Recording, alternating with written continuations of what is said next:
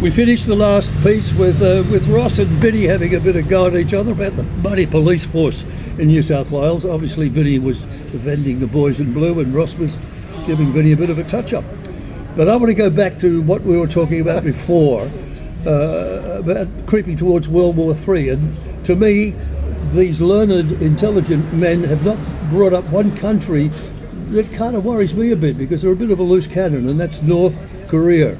And I'd like to ask the Minister for his thoughts on the power or not the power, or what playing does North Korea have?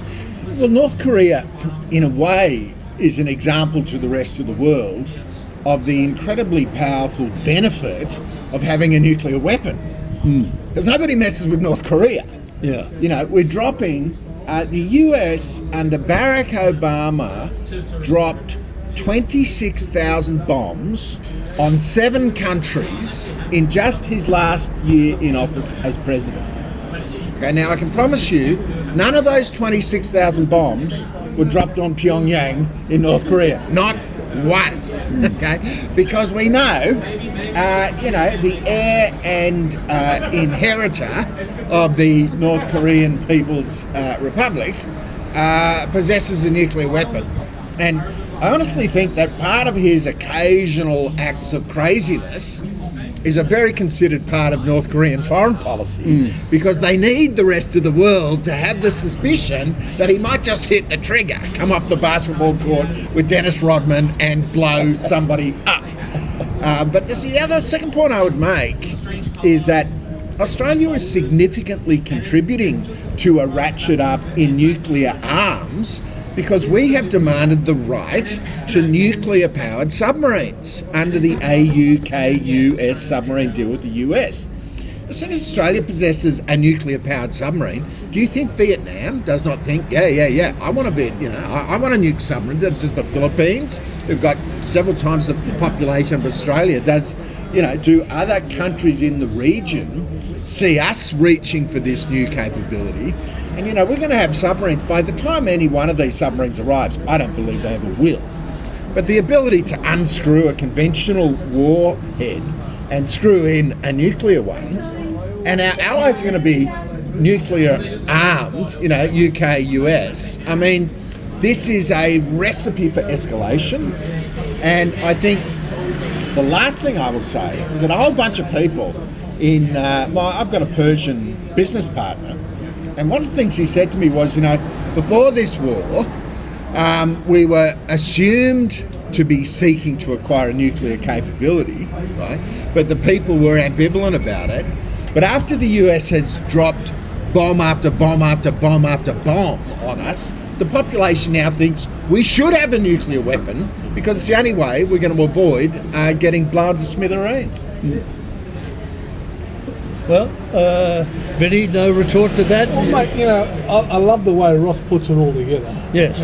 But I still go back to my way of thinking, and that is, at the end of the day, when push comes to shove, if everyone's on an equal playing field, I believe there won't be ever a massive world war as we've seen in the past with World War II. Yes, we'll have conflict. Yes, there might be a few excursions here and there, but that's about it. I don't think that we'll ever see something to the scale where we've got whole continents being blown up, blowing each other up. And I believe that we're a little bit more sophisticated today than we were 50 or 60 or 100 years ago insofar as our diplomatic relations are concerned. And who would be a good man to ask? Arthur Sidonidis, yes, former American ambassador to Australia. He'd be a wealth of knowledge, just like you, Ross. Yeah, well, the only thing I say, you have a condition. I'm just trying to recall exactly what the expression was. So long as we're all equal, was it? I can't remember what your condition was, but I thought Stephen Alexander's previous point was very compelling, that the highest risk moment is at the changing of the guard. Right? Correct. And that's why traditionally there have been these elaborate processes for the changing of the guard. And the highest risk for major global conflict is where there is a genuine upsetting of the tectonic plates globally. And Lee Kuan Yew, whom I basically regard as the smartest guy in the room, he said at one point, the issue of China is not just the biggest country in the world, but China is the biggest country in the history of the world. And he said that China is not really a country, it's a civilization pretending to be a country. And when you have got concentrated in one place, let's say 1 billion people, we can argue what the actual number is, and they've sort of been asleep, for a couple of 100 years, and then suddenly from 1980 until today, this country has woken from its slumber. And economically, productivity, militarily, China is now the world's biggest economy. And this unsettlement, Lee Kuan Yew said the level of displacement involved in the re-emergence of 1/6 of the world's population who have been sleeping for couple of 100 years, and suddenly they're back on the tools, back on the job. They've gone from poverty to the biggest economy in the world in 40 years. Okay, this requires a great deal of wisdom, grace and poise to manage.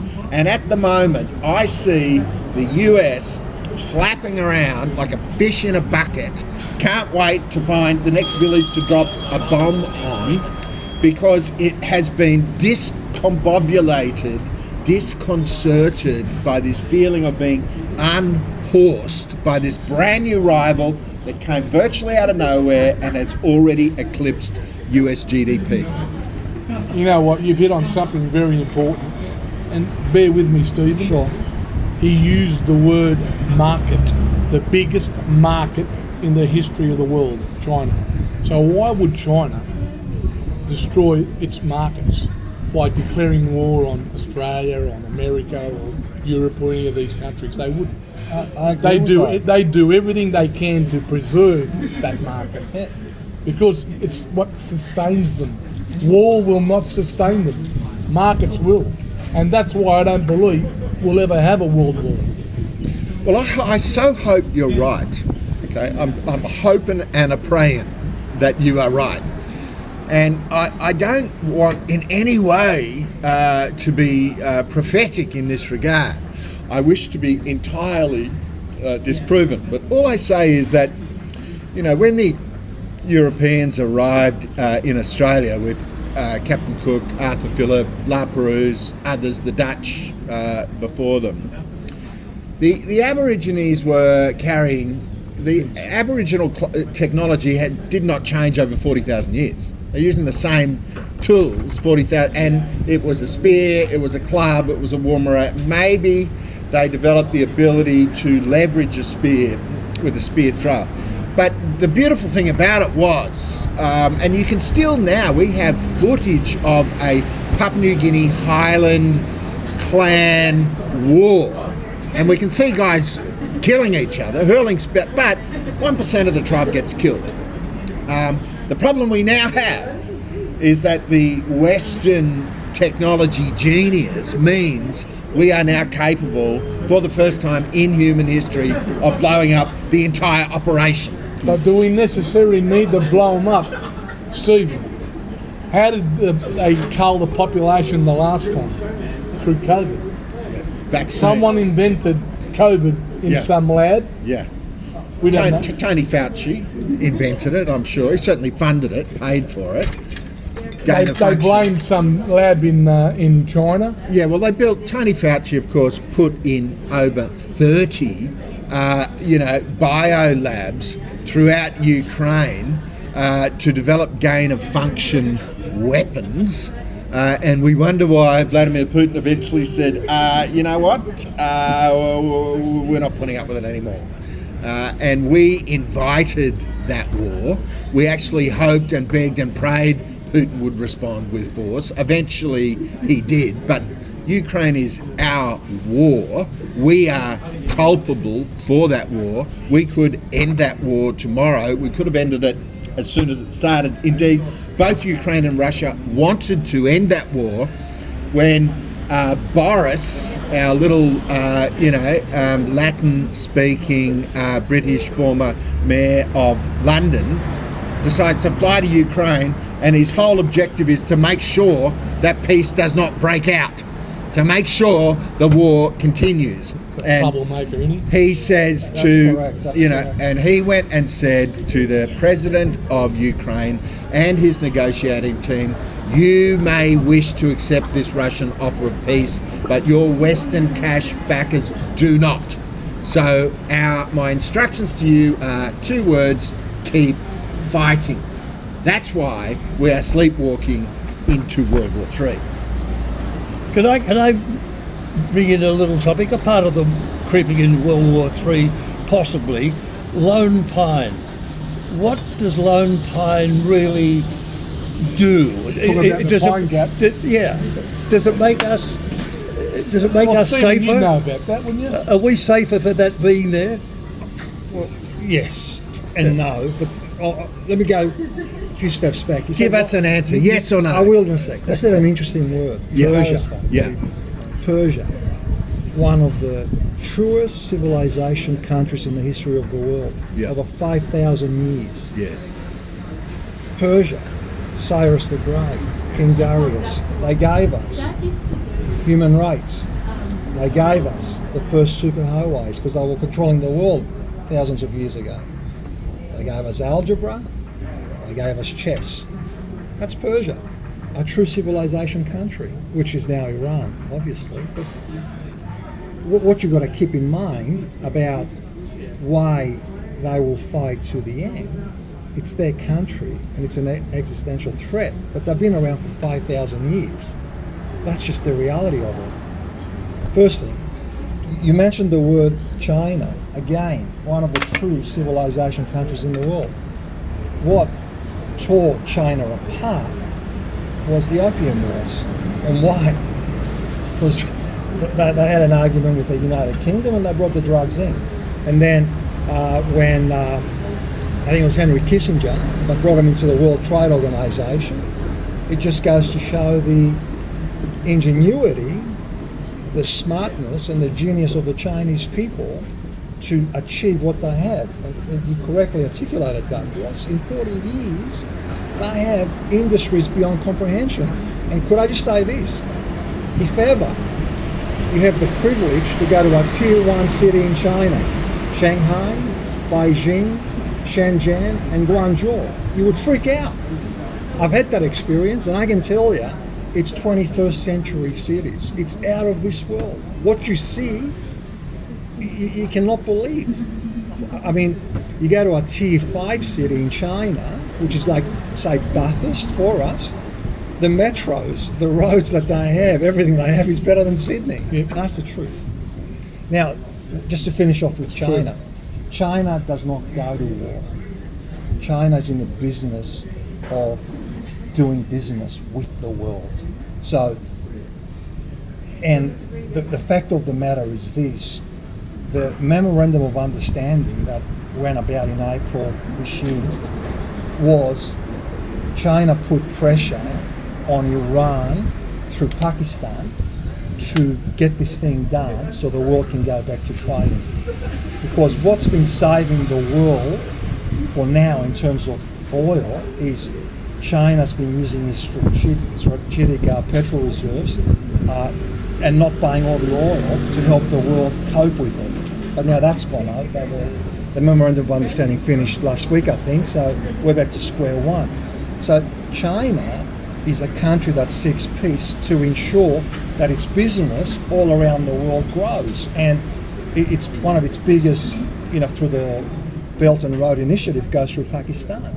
So, and then obviously we'll go through Iran and come to Europe if obviously the Western world's trying to stop that. But China's not in the business of doing war. But one other thing you said, there might not be a World War III. But I'll tell you one thing, what Albert Einstein said. I don't know how World War III is going to be fought, but I know one thing, World War IV is going to be with stick and stones. That's what Albert Einstein said, so keep that in mind. And just to finish your answer on North Korea. Oh, North Korea, okay. North Korea is two things, depending on which table you're sitting at. Yeah. It's the axis of evil, Yes. as President George Bush said, or the axis of resistance, as the global South would say. What I mean by that is, for example, I think last week it was announced that around 30,000 North Korean troops are going to Russia to help Russia in its war with Ukraine. So, to the Western world, that's the axis of evil.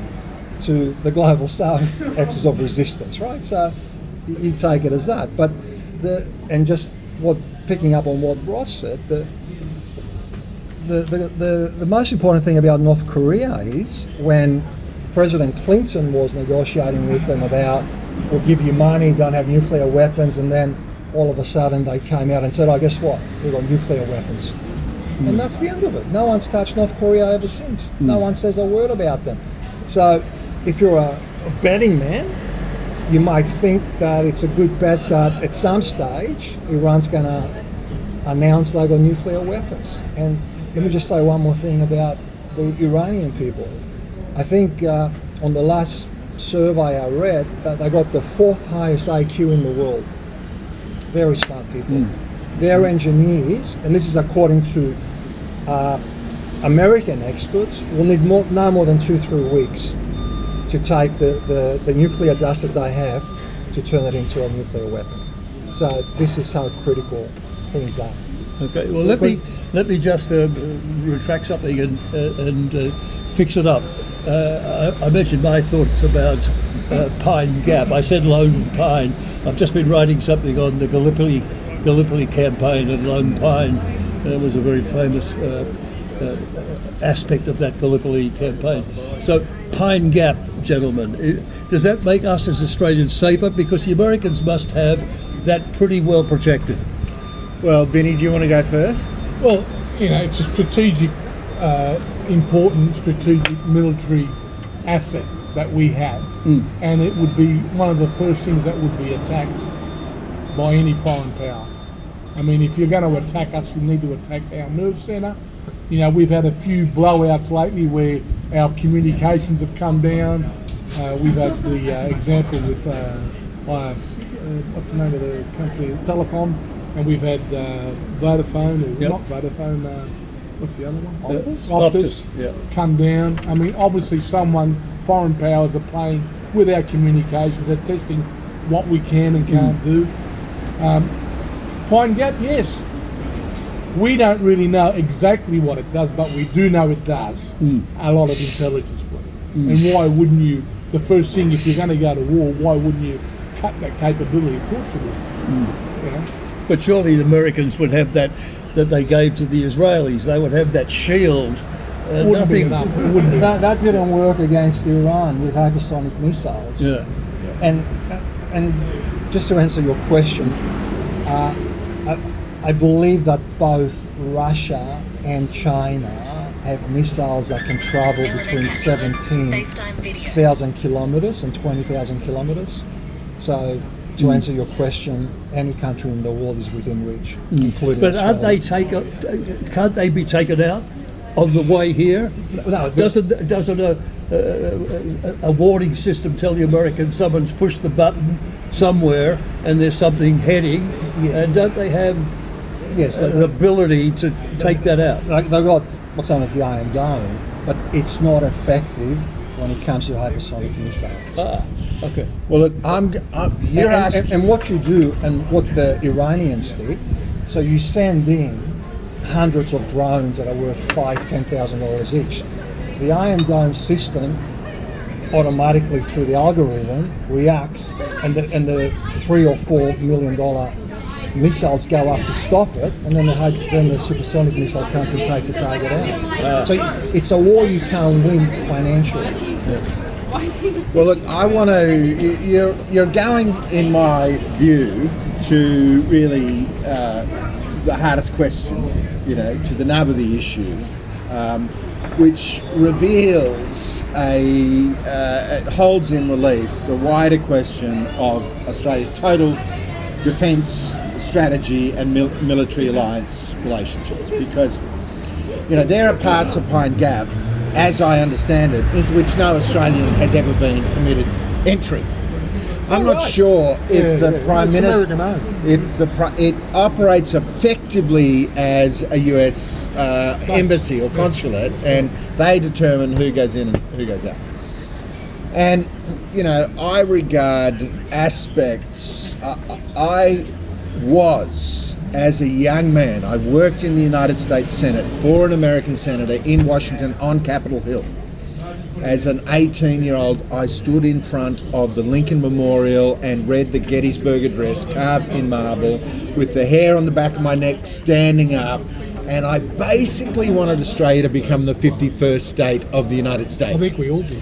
I fell in love with the American dream. I lived in Indiana for a year. I loved the founding fathers. I loved Thomas Jefferson. I loved George Washington. I loved the president who could never lie. You know, Ben Franklin, the glorious inventor and diplomat, etc., etc. But we have to admit, civilizations rise and they fall. Nothing stays forever. And the US is already in a kind of civil war. I mean, Stephen talks about tier 1, 2, 3, 4, and 5 cities. I mean, you want to go to Portland, Oregon. The main street looks like a junkyard. The whole city is basically a methadone clinic. I mean, you can't open an Apple store in Portland because someone's going to smash it down the next time a black kid gets shot by a police officer. I mean, the country is on the verge of a kind of breakdown. And I say to you that this increasingly violent propensity of the United States, as I say, Barack Obama alone, 26,000 bombs on 7 countries in 9 months. Okay, this is an empire kind of on its last legs, lashing out. And the problem for Australia is, if we are locked in, our wagon to the American caboose, no matter what, you know, we find ourselves implicated in a whole range of decisions to commit acts of violence, which I personally am deeply uncomfortable about, not least because, I mean, from the time of Gough Whitlam up until the end, up until really Scott Morrison, Australia had a beautiful relationship with China. Australia was the fastest growing economy in the developed world. China was the fastest growing economy in the developing world, and that was not an accident. We were growing fast because we were selling to the Chinese middle class.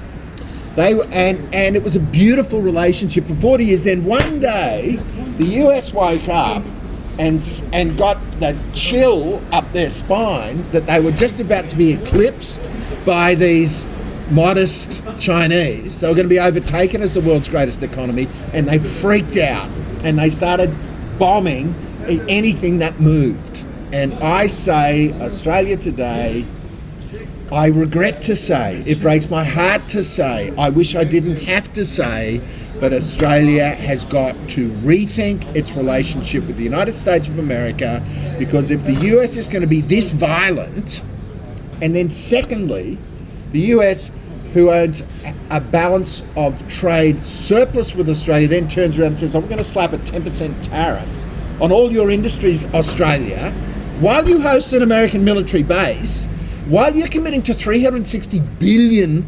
Essentially, it's not an Australian strategic relationship. It's basically a tribute payment, like the city of Carthage might have paid to Rome in 80 AD. Or indeed, the extortion payment that the tobacco merchant might be paying to the banditos for his supply of vapes. Okay, I'm saying this is not working. The time has come for us to rethink the US strategic relationship. I can't disagree with everything that Ross has said. But there's a couple of other points I want to raise to that, Ross. And you can be in agreement with me. Tell me what you want to say. China Yep. and now India Yep. are both emerging to be our major trading partners. America is falling not to number 2 but to number 3 as our trading partner. That's what I think. And I think that balance is going to change in the future for us in a favourable way. Because I know that India and China have a good relationship, and if we're in that mix, we're going to be safe. And that's my assessment. I think Prime Minister Paul Keating was 100% correct when he said that Australia's future is in Asia and China. That's no doubt about that. Bob Hawke said the same thing. Did he? Yeah. I remember Paul Keating, but if Mr. Hawke said it too, God bless us. The other thing about India is this. Before the colonisation by the United Kingdom, I think India did about 25% of the world's trade. And then when England came in, I think about 40 to 45 trillion dollars or pounds disappeared. That's the wealth they took out of India, some people say, and it's global trade went down to about 4%. But definitely India is one hell of a rising superpower when it comes to economics. They got very smart people in the right industries, which is technology, artificial intelligence. Absolutely. I mean, interestingly enough, what they are doing now with space and getting people up there is extraordinarily quickly. So definitely a country on the move. Yeah. And we need to be moving with them. Yes. Yeah, but what happens, Vinny? And I don't disagree with anything you've said, and certainly not Ross or Stephen. But what happens if China and India decide to buddy up and say, we can make more out of Australia than they're making it themselves? We'll build the dams, we'll irrigate the country, we'll grow that Australia's not doing. It hasn't. We haven't built a dam in, 60 years or something? And that's our fault. I don't disagree with that. That's our fault. We don't have governments who understand what sovereignty is. I agree. We don't have governments that understand being self-sustaining. You can't have. We can't have that. You can't have sovereignty unless you are proud of your culture, your heritage, and your history. So if you haven't got those three, you're not going to have sovereignty. We don't have the right political because parties. you're always going to be a vassal state to someone else. And just India and China, they had serious problems. There's some territorial lands between them that they were arguing about. But in the last 6 months or so, they're trying very hard to resolve that. Yeah, compromise. Yeah. So China and India getting together because they're will be a big both thing. market orientated. Correct. And, Well- and very intelligent people. Well, And that makes a huge difference. Stephen, I totally agree. So our premise today was, I think, are we slowly walking towards World War III?